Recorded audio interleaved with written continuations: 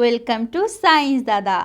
Class 12-এর semester 4-এর বায়োলজির একটি model question set সম্পূর্ণ উত্তর সহ আলোচনা করব। তোমাদের এই পরীক্ষায় ফুল মার্কস থাকবে 35, তার জন্য সময় থাকবে 1 ঘন্টা 30 মিনিট।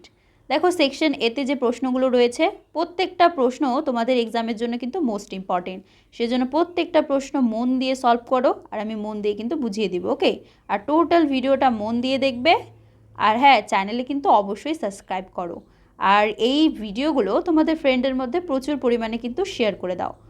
ওকে, দেখো ফার্স্ট প্রশ্নটা কি বলেছে যে রস নির্ভর অনাক্রমতা কাকে বলে। এটা দেখো HS 2000 কিন্তু 9 এসেছিল, এটা সবগুলো হচ্ছে 2 মার্কের প্রশ্ন।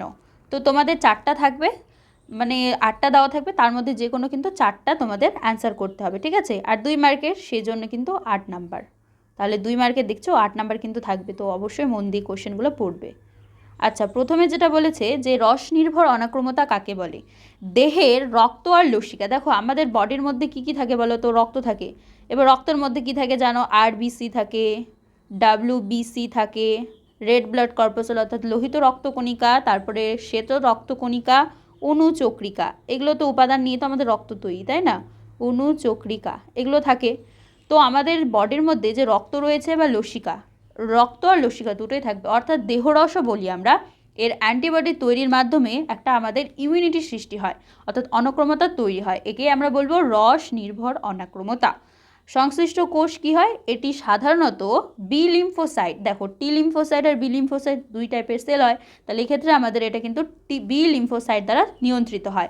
আর এক্ষেত্রে আমরা যদি বলি কার্যপ্রণালী বা কার্যপদ্ধতি, তো এটা কী হয়, প্রথমত রক্তে কোনো বিজাতীয় অ্যান্টিজেন অর্থাৎ বাইরের থেকে, মনে রাখবে আমাদের বডির ভিতরে যেটা তৈরি হয় সেটা অ্যান্টিবডি, এটা তো তোমরা জানো, এটা হচ্ছে অ্যান্টিবডি, এটা আমাদের বডিতেই কিন্তু তৈরি হয়, এটা ঢিসুম ঢিসুম করে। দেখবা যে টিভিতে অ্যাড দেখায় না, টিভিতে যে অ্যাড দেখায় যে যে লাইফবয় সাবানের মধ্যে হাতের মধ্যে জার্মস আছে, কি করলো যে একটা বড় তলোয়ার বের করে ঢিসুম ঢিসুম করে ব্যাকটেরিয়াগুলোকে মেরে দিল, তাই না। ওটা কিন্তু অ্যাকচুয়ালিতে আমাদের বডির ভিতরেও হয়, আমাদের বডির ভিতরে অ্যান্টিবডিগুলো রয়েছে বাইরের থেকে আগত। ধরো বাইরের থেকে তোমার নাক দিয়ে কোনো একটা ব্যাকটেরিয়া গেল, জীবাণু, ভাইরাস হতে পারে, ঠিক আছে। দেখবা আমাদের সময় অনেক সময় হাঁচি হয়, তারপরে আমাদের নাক দিয়ে জল পড়ে, কাশি হয়, এগুলো সবই কিন্তু ওই অ্যান্টিবডি বা আমাদের দেহটাকে রক্ষা করার জন্য কিন্তু প্রতিক্রিয়া, এই সমস্ত জিনিসগুলো, ঠিক আছে। তো বাইরের থেকে যেটা আসে সেটা কিন্তু অ্যান্টিজেন। এবার বাইরে যে অ্যান্টিজেন আছে সেটা যদি প্রবেশ করে তাহলে বি লিম্ফোসাইট কী হয়ে যায় বলো তো, ভেঙে যায়, অর্থাৎ বিভাজিত হয়ে প্লাজমা একটা কোষ তৈরি করে দেয়, আর এবং প্রচুর পরিমাণে নির্দিষ্ট অ্যান্টিবডি নিঃসরণ করে, আর ওই অ্যান্টিজেনকে কী করে দেয়, ঢিসুম ঢিসুম করে দেয়, তাই না। সেই মজা না। আচ্ছা, এরপরে দেখো মেটাস্ট্যাটিস কি, এটা 2019 এসেছিল, এটাও ইম্পর্টেন্ট প্রশ্ন। দেখো ক্যান্সার আক্রান্ত কোষগুলো যখন তাদের উৎপত্তি স্থল, যেটাকে আমরা বলি প্রাইমারি টিউমার, এটার থেকে রক্ত বা লসিকা বা অন্য কোনো মাধ্যমে কি হয়, দূরবর্তী কোনো একটা সুস্থ অঙ্গে বা কলায় ছড়িয়ে পড়ে এবং সেখানে নতুন করে একটা টিউমার বা অর্বুদ সৃষ্টি করে, তখন তাকে আমরা বলবো মেটাস্ট্যাটিস। দেখবা ম্যালিগনেন্ট টিউমার সবথেকে ভয়ঙ্কর টিউমার কিন্তু, আর এই ম্যালিগনেন্ট টিউমার যেটা হচ্ছে ক্যান্সারের সৃষ্টি করে, অর্থাৎ এটা যদি হয় আলটিমেট মানুষটা কিন্তু মারা যাবে, তাই না, কারণ ওর তো এক এক করে টোটাল সেলগুলোই কিন্তু ড্যামেজ হয়ে যাবে, নষ্ট হয়ে যাবে, তাই না। তো এইভাবে এটাকে কিন্তু মেটাস্ট্যাটিস বলে। এই প্রশ্নটাও মোস্ট ইম্পর্টেন্ট, ঠিক আছে, তো অবশ্যই কিন্তু মন দিয়ে এই প্রশ্নটা পড়ে নেবে। ওকে, ইম্পর্টেন্ট রয়েছে।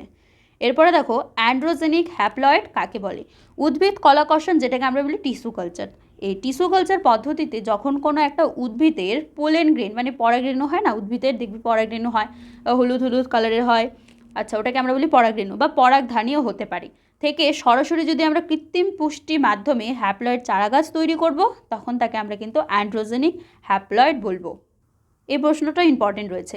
হেটেরোসিস কি, যখন দুটি জিনগতভাবে ভিন্ন বৈশিষ্ট্যের জনিত্রী উদ্ভিদের মধ্যে আমরা সংকরায়ন অর্থাৎ হাইব্রিডাইজেশন ঘটাবো, তখন উৎপন্ন অপত্য বা হাইব্রিড উদ্ভিদটি তার উভয় জনিত্রীর তুলনায় কিন্তু আকারে বড় হবে আর অধিক শক্তিশালী হবে আর উন্নত ফলনশীল হবে। হাইব্রিডের এই শ্রেষ্ঠতত্ত্বকে আমরা কি বলবো, হেটারোসিস্ট বলবো। দেখো সংকরায়ন পদ্ধতিতে বা হাইব্রিডাইজেশন পদ্ধতিতে কিন্তু আমরা কি করে নিই, ধরো দুটো বৈশিষ্ট্য রয়েছে, যেমন তুমি যদি রোজি গরুর কথা ভাবো, ঠিক আছে, ময়ূল, এগুলোর কথা কি ভাবো। দেখো রোজি গরুটার ক্ষেত্রে কি হয়েছিল, যে একটা ধরো মানে ওর গরুটার ক্ষেত্রে ও দুধ বেশি দেয়, আর ওর ক্ষেত্রে গোমাংস বা এই সমস্ত ব্যাপারগুলো কিন্তু বেশি হয়। এবার বেশি দুধ দিলে পরে কী হবে, তার থেকে আমরা দই, দুধ, পনির, দুধ পাবো এবং পনির, তারপর চিজ, যা যা দুধ দিয়ে তৈরি হয় দই, এই সমস্ত জিনিসগুলো পাবো। অর্থাৎ আমাদের আলটিমেট কিন্তু অনেক উপকার হবে, তাই না? আর জনিত্রী জীব বলতে কি, যেটা হচ্ছে মানে মাতৃজীবটা থাকবে, এটা তো আমি প্রাণীর উদাহরণ দিলাম। তো এবার উদ্ভিদের ক্ষেত্রেও যদি তুমি ভাবো, যেমন গোল্ডেন রাইস, তাই না? গোল্ডেন রাইসে ভিটামিন এর পরিমাণ কিন্তু খুব অনেক বেশি হয়, তাই তো? এটা তো জানোই। তাহলে এটার পরিমাণটা বেশি হয়ে যায়, তাহলে আমাদের এটা উপকারও হচ্ছে এবং মানুষের অনেক উপকার হচ্ছে আর কি। তাহলে এই পদ্ধতিটাকে কিন্তু আমরা বলবো হেটেরোসিস। এরপরে দেখো ল্যাব কি, LAB, উদাহরণ দাও। ল্যাবের পুরো নাম মনে রাখবে, ল্যাকটিক অ্যাসিড ব্যাকটেরিয়া। তাহলে কি, ল্যাকটিক অ্যাসিড ব্যাকটেরিয়া। এটি এমন একদল উপকারী ব্যাকটেরিয়া যারা কি করে শর্করা বা কার্বোহাইড্রেটকে, বিশেষ করে ল্যাকটোজকে সন্ধান প্রক্রিয়া, যেটাকে আমরা ইংলিশে বলি ফার্মেন্টেশন, এই ফার্মেন্টেশন প্রক্রিয়ায় কি করে ল্যাকটিক অ্যাসিডে রূপান্তরিত করে দেয়। যেমন দই সবথেকে গুরুত্বপূর্ণ উদাহরণ, দই তোমরা সবাই খেয়েছো। তো দইয়ের ক্ষেত্রে তো ব্যাকটেরিয়াটা কি করে দেয়, ব্যাকটেরিয়াটা দইটা খায় এবং বমি করে, তাই না? এভাবে দইটাকে জমিয়ে দেয় এবং জমানোর পর ওই দইটাই তো আমরা খাই। এবার ওটা খেলে পরে আমাদের বডিতে আলটিমেট উপকার হয়, তার জন্য ওগুলো গুড ব্যাকটেরিয়া, তাই তো, উপকারী ব্যাকটেরিয়া। এরপরে দেখো রয়েছে যে ল্যাক্টোব্যাসিলাস, আচ্ছা উদাহরণ দিতে বলেছে, তাহলে ল্যাক্টোব্যাসিলাস অ্যাসিডোফিলাস লিখবে। তারপরে আরও উদাহরণ দিয়েছি আমি, যে ল্যাক্টোব্যাসিলাস বালগারিকাস, তারপর হচ্ছে স্টেপ্টোকক্কাস, থার্মোফিলাস। ওকে, অবশ্যই কিন্তু এক্সাম্পল চেয়েছে, তো এক্সাম্পল দিতে হবে। ছত্রাক বায়োফার্টিলাইজার সম্পর্কে সংক্ষেপে লেখো। ছত্রাক যখন জীবজ সার হিসেবে কাজ করবে তখন তাকে আমরা কি বলবো, ছত্রাক বায়োফার্টিলাইজার। এর মধ্যে গুরুত্বপূর্ণ যেমন মাইকোরাইজা, VAM, ভেসিকুলার অ্যারবুস্কুলার মাইকোরাইজা, এটি উদ্ভিদের মূলে অবস্থান করে, মাটি থেকে ফসফরাস সংগ্রহ করে উদ্ভিদকে কী করে, প্রদান করে। উপকারিতা কী কী, এটা উদ্ভিদের বৃদ্ধিটাকে ত্বরান্বিত করে, অর্থাৎ উদ্ভিদটা অনেক তাড়াতাড়ি বৃদ্ধি বড় হয়ে যায়। মাটির যে ক্ষতিকর প্যাথোজেন আছে সেই প্যাথোজেনের হাত থেকেও কিন্তু এর মূলকে রক্ষা করে। লবণাক্ত, তারপর হচ্ছে খরা সহ্য করার ক্ষমতাকে কিন্তু বাড়িয়ে দেয়। তাহলে দেখছো কতটা উপকার করে উদ্ভিদের। এরপরে দেখো মোস্ট ইম্পর্টেন্ট প্রশ্ন, মানব ইনসুলিন বলতে কি বোঝো, 2017-তে এসেছিল আর তোমাদের এক্সামের জন্য কিন্তু ইম্পর্টেন্ট। দেখো মানব ইনসুলিন হলো অগ্ন্যাশয় থেকে নিঃসৃত, আমাদের বডির মধ্যে প্যানক্রিয়াস অর্থাৎ অগ্ন্যাশয় রয়েছে, সেই অগ্ন্যাশয় থেকেই কিন্তু আলফা আর বিটা দুটো হচ্ছে কিন্তু প্রোটিন বের হয়, মনে রাখবে, ঠিক আছে? একটা প্রোটিন হরমোন যা রক্তে গ্লুকোজের মাত্রাটাকে কিন্তু নিয়ন্ত্রণ করে, আর এটি গ্লুকোজকে কোষে প্রবেশ করিয়ে শক্তি উৎপাদনে কিন্তু সাহায্য করে, অর্থাৎ কোষটা যে শক্তি এনার্জেটিক হবে সেটা কিন্তু তৈরি করে। আর পুনঃযোজিত DNA প্রযুক্তি ব্যবহার করে আমরা কৃত্রিমভাবে এই যে মানব ইনসুলিন সেটা কিন্তু তৈরি করতে পারি, যা ডায়াবেটিস চিকিৎসায় কিন্তু ব্যবহার করা হয়। এরপরের প্রশ্নটা দেখো, ট্রান্সজেনিক উদ্ভিদ বা GMC বলতে কি বোঝো, উদাহরণ দাও। দেখো 2017-24 দুটো বছর এসেছিল, মানে মোস্ট ইম্পর্টেন্ট কিন্তু প্রশ্ন এটা, ঠিক আছে?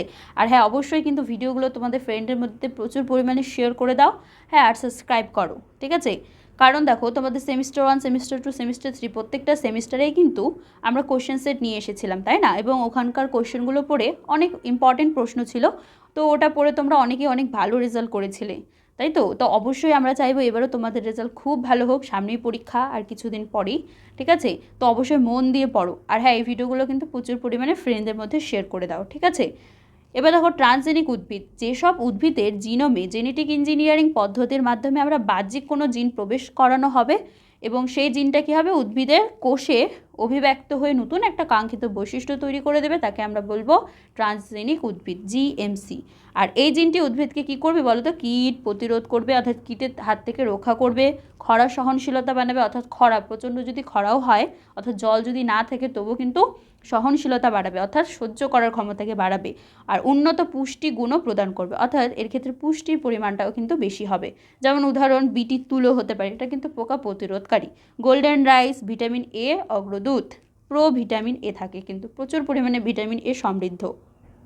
এরপরে সেকশন বিতে দেখো রয়েছে 6টি প্রশ্নের উত্তর দিতে হবে, যে কোনো 3, 6, 18 নাম্বার, ঠিক আছে? প্রত্যেকটা প্রশ্নের মান কিন্তু 3।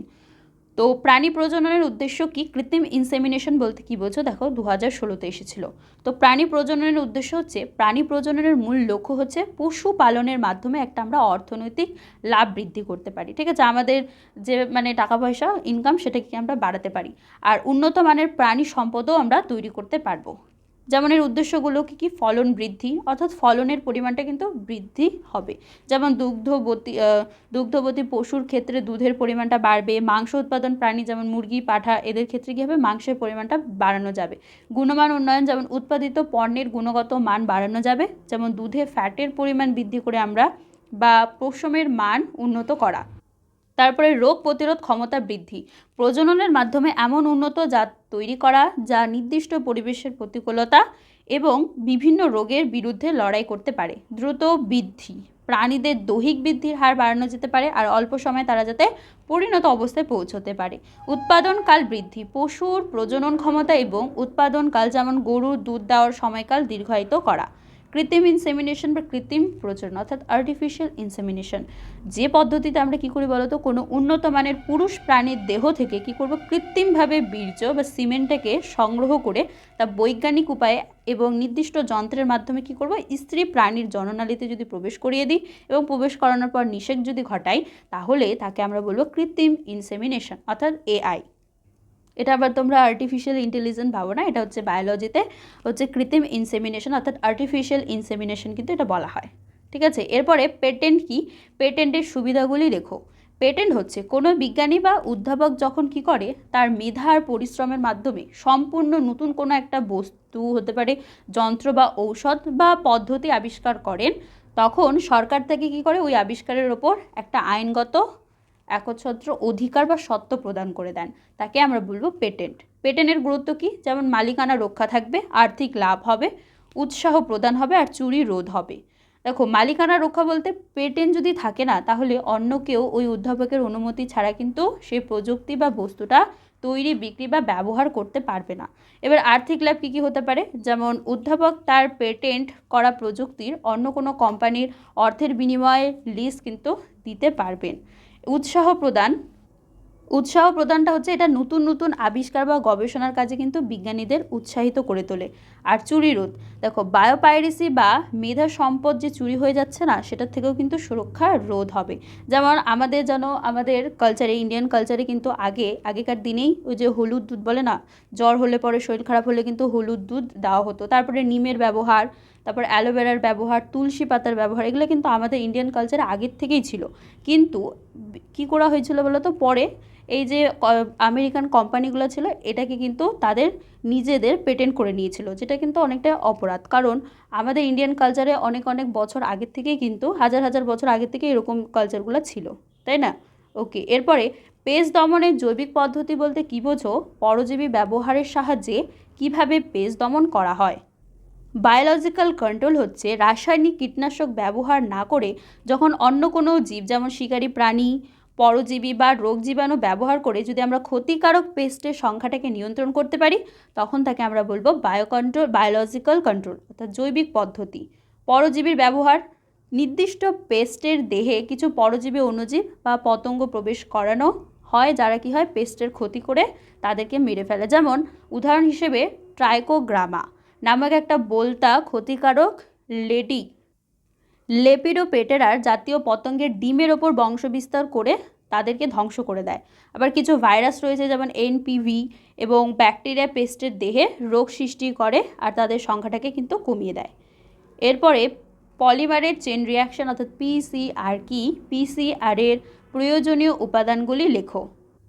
পলিমারের চেন রিয়াকশন বা পিসিআর হচ্ছে একটা আধুনিক জৈব প্রযুক্তি পদ্ধতি, যার মাধ্যমে আমরা কি করতে পারি, পরীক্ষাগারে অতি অল্প সময়ে কোনো একটা নির্দিষ্ট যে ডিএনএ খণ্ডক রয়েছে, সেই ডিএনএ খণ্ডকের লক্ষ লক্ষ কপি বা প্রতিলিপি তৈরি করতে পারি, যেটাকে বলে রেপ্লিকেশন। 1983 সালে বিজ্ঞানী ক্যারি মুলিস এই পদ্ধতিটি আবিষ্কার করেছিলেন, আর একে অনেক সময় কিন্তু আণবিক ফটোকপি অর্থাৎ মলিকিউলার ফটোকপিং বলা হয়। ঠিক আছে, পিসিআর এর প্রয়োজনীয় উপাদানগুলি রাখবে টেমপ্লেট ডিএনএ অর্থাৎ টার্গেট ডিএনএ লাগবে, তারপরে রাখবে ডিএনএ প্রাইমার, ট্যাগ পলিমারেজ লাগবে, ডিএনটিপিএস, বাফার, আর হচ্ছে ম্যাগনেসিয়াম 2+ আয়ন। এগুলো কিন্তু মোস্ট ইম্পর্টেন্ট উপাদান, এগুলো অবশ্যই পিসিআর এর জন্য দরকারি। এরপরে নেক্সট প্রশ্ন, প্রাণীর খেচর অভিযোজন বলতে কী বোঝো, প্যাটাজিয়া কি। এটা দেখো অনেক ইম্পর্টেন্ট প্রশ্ন, এটা হচ্ছে 2018-তে এসেছিল।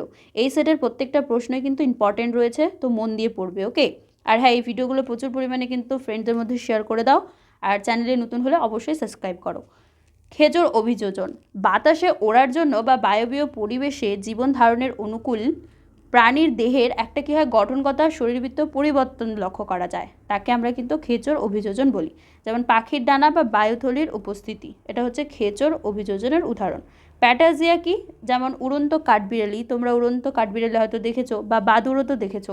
বা বাদুড়ের মতো প্রাণীদের কি হয় বলো তো, অগ্রপথ আর যে পশ্চাৎপদ রয়েছে তাদের মাঝখানে এবং আঙ্গুলের অন্তর্বর্তী স্থানে একটা পাতলা চামড়ার প্রসারিত অংশ থাকে, যা তাদের বাতাসে ভাসতে সাহায্য করে এবং উড়তেও সাহায্য করে।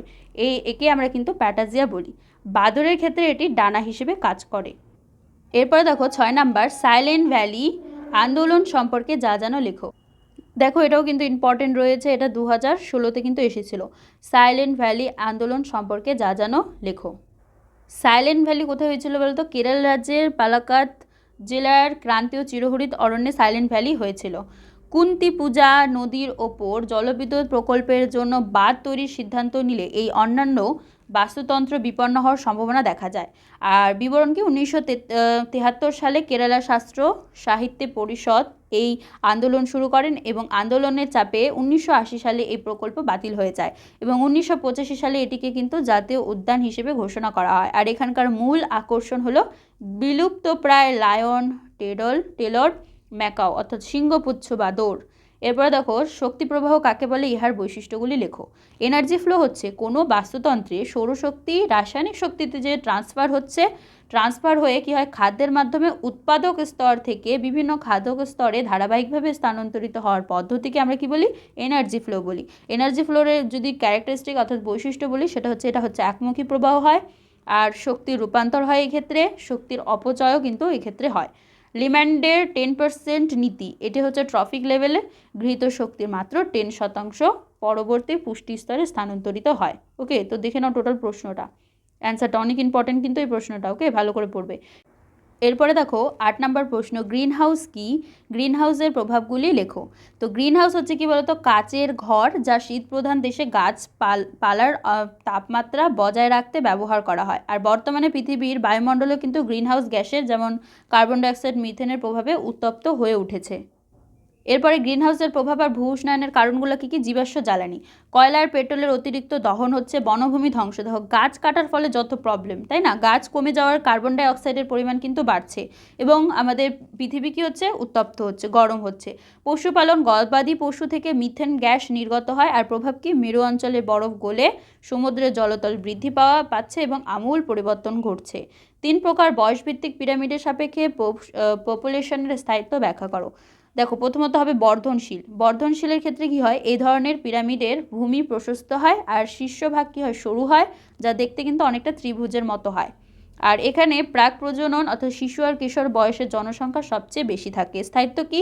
এই পপুলেশন অত্যন্ত অস্থিতিশীল হয় ও দ্রুত বর্ধনশীল হয়।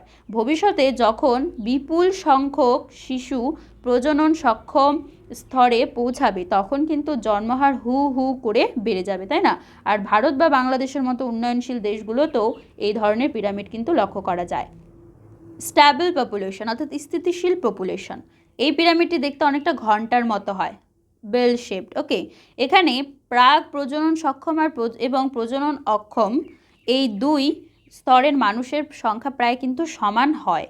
প্রজনন পরবর্তী মানুষের সংখ্যা তুলনামূলকভাবে কম। আর স্থায়িত্ব কি? এই পপুলেশন সবচেয়ে বেশি স্থায়ী আর ভারসাম্যপূর্ণ। আর এখানে জন্মহার মৃত্যুহার প্রায় সমান থাকে, ফলে দীর্ঘ সময় ধরে কিন্তু জনসংখ্যার কোনো বড় পরিবর্তনটা হয় না, অর্থাৎ লক্ষ্য করা যায় না। আমেরিকা বা ফ্রান্সের মতো উন্নত দেশগুলোতে কিন্তু এই গঠন লক্ষ্য করা যায়। হ্রাসমান পপুলেশন কি? এই পিরামিডের আকৃতি অনেকটা কলস বা ঘড়ার মতো হয়। বৈশিষ্ট্য কি? এখানে প্রাক প্রজনন সক্ষম শিশু জনসংখ্যা খুব কম থাকে এবং প্রজনন সক্ষম ও প্রজনন পরবর্তী বয়সের মানুষের সংখ্যাও কিন্তু বেশি থাকে।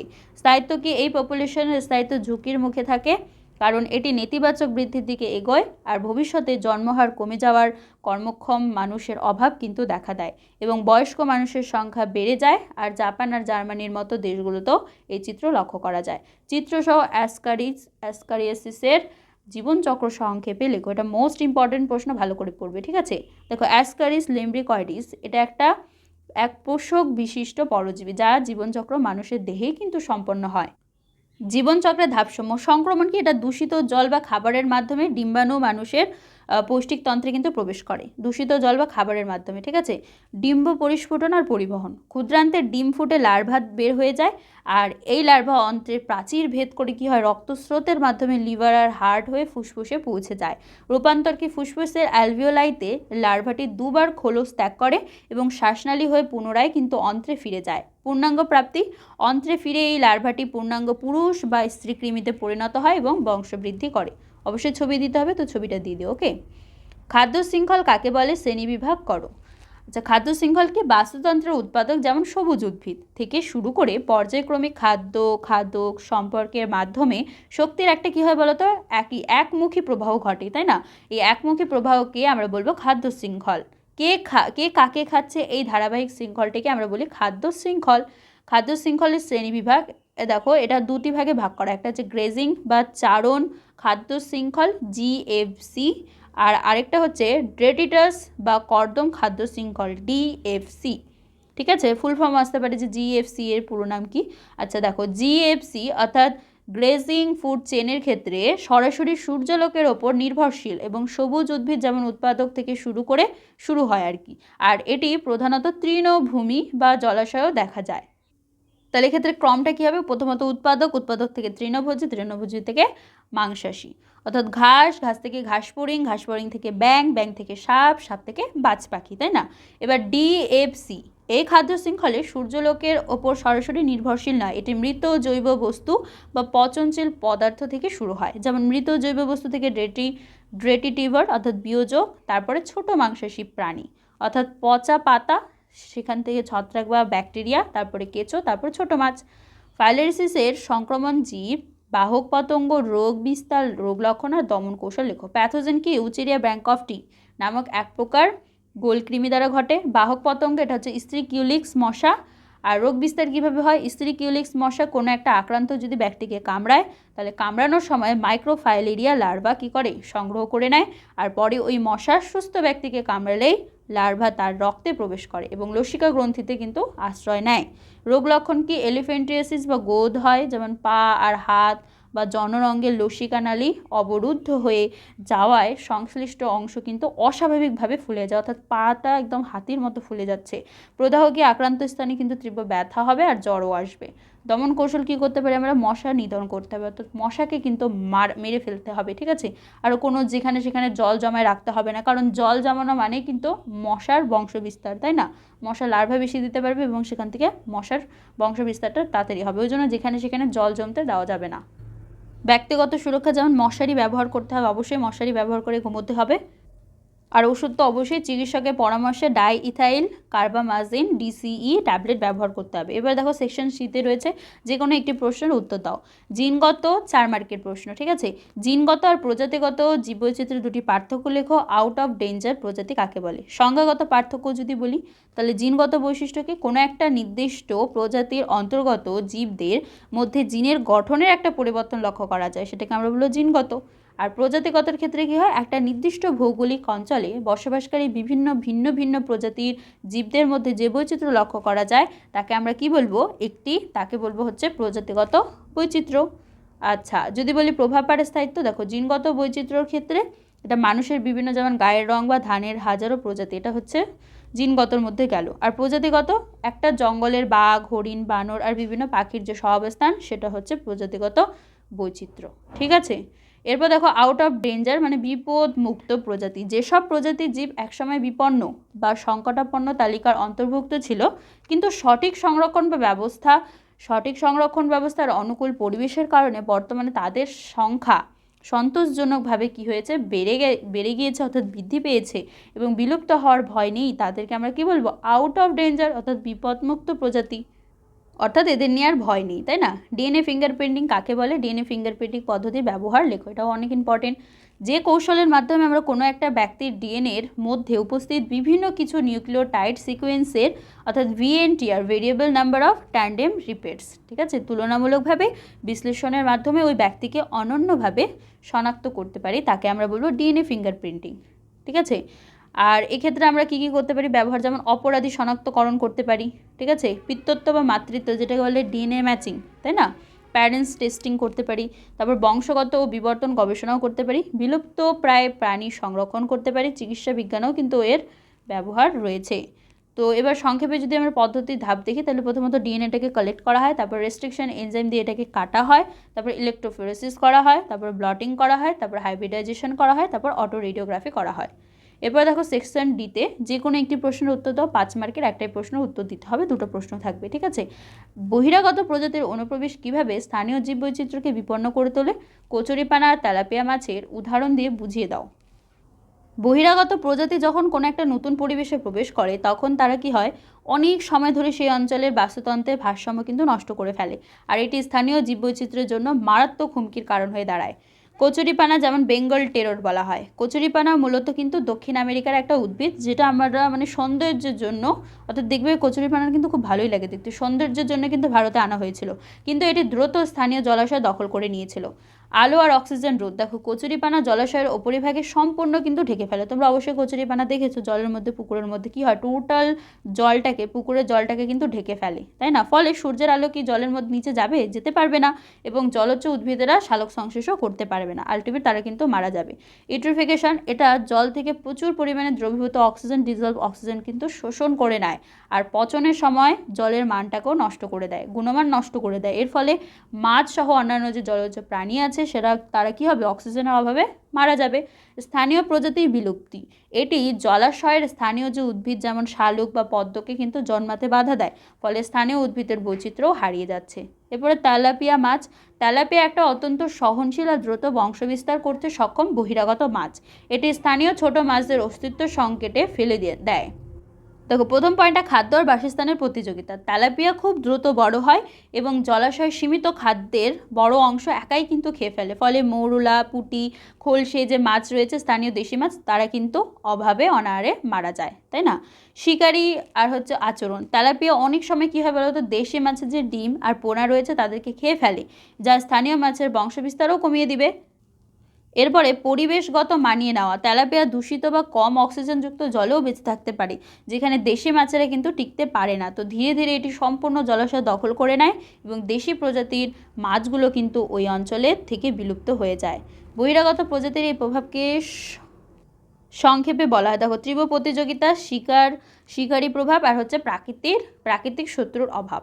বিশ্ব উষ্ণায়ন কি, ইহার প্রভাবগুলি আলোচনা করো, অ্যাসিড বৃষ্টির কারণ, বিক্রিয়া সহ লেখো। তো বিশ্ব উষ্ণায়ন কি, বায়ুমণ্ডলে গ্রিনহাউস গ্যাস যেমন কার্বন ডাইঅক্সাইড, মিথেন, সিএফসি, ক্লোরোফ্লোরোকার্বনের ঘনত্ব যদি বৃদ্ধি হয়, বৃদ্ধির ফলে পৃথিবীর যে গড় তাপমাত্রা সেটা কি হয়, ক্রমাগত বৃদ্ধি পাওয়ার এই ঘটনাকে আমরা বলবো বিশ্ব উষ্ণায়ন, তাই না? এবার বিশ্ব উষ্ণায়নের প্রভাব যেমন মরু অঞ্চলের বরফ গলবে, সমুদ্র তলের উচ্চতা বৃদ্ধি পাবে, জলবায়ুর পরিবর্তন হবে, তাই না? বাস্তুতন্ত্রের ক্ষতি হবে। এরপরে দেখো অ্যাসিড বৃষ্টি, বায়ুমণ্ডলে উপস্থিত সালফার আর নাইট্রোজেনের অক্সাইডগুলি বৃষ্টির জলের সাথে বিক্রিয়া করে যখন সালফিউরিক অ্যাসিড বা নাইট্রিক অ্যাসিড তৈরি করে, তা বৃষ্টির সাথে ভূপৃষ্ঠে ঝরে পড়ে, তাকে আমরা বলি অ্যাসিড বৃষ্টি। এবার অ্যাসিড বৃষ্টির কারণ দেখো সালফিউরিক অ্যাসিড তৈরি হওয়া, তাই না? সালফিউরিক অ্যাসিড, বাতাসে যে সালফার ডাইঅক্সাইড রয়েছে অর্থাৎ SO2, সেটা অক্সিজেনের সাথে বিক্রিয়া করে কি উৎপন্ন করে বলো তো, সালফার ট্রাইঅক্সাইড, যা বৃষ্টির জলের সাথে মিশে সালফিউরিক অ্যাসিড তৈরি করে। অবশ্যই বিক্রিয়া দিতে বলেছে, বিক্রিয়াগুলো দিবে, ঠিক আছে। নাইট্রিক অ্যাসিড তৈরি, নাইট্রোজেনের অক্সাইডগুলি জলের সাথে বিক্রিয়া করে নাইট্রিক অ্যাসিড কিন্তু তৈরি করে। আর অ্যাসিড বৃষ্টির প্রভাব কী হবে, পাথরের ক্যান্সার, স্টোন ক্যান্সার হয়, তারপরে মাটির উর্বরতা হ্রাস করে ফেলে, আর জলজ জীবনের কিন্তু ক্ষতি করে। নদী বা পুকুরের জলে যে অ্যাসিড মিশলে মাছ আর অন্যান্য যে জলজ প্রাণী তাদের কিন্তু মৃত্যু হয়ে যায়, তাই না? সায়েন্স দাদা চ্যানেলে নতুন হলে অবশ্যই সাবস্ক্রাইব করো, আর এই ভিডিওগুলো প্রচুর পরিমাণে শেয়ার করে দাও। আরও অনেক সেট আসবে, এবং তোমাদের যে ব্রহ্মাস্ত্র ম্যারাথন, ওটাও কিন্তু খুব তাড়াতাড়ি আমরা নিয়ে আসবো। তো অবশ্যই সাবস্ক্রাইব করো আর প্রচুর পরিমাণে ভিডিওগুলো শেয়ার করে দাও। আর সামনে পরীক্ষা, তোমার পরীক্ষা খুব ভালো হোক, পরীক্ষার জন্য তোমাকে জানাই বেস্ট অফ লাক, খুব ভালো থেকো।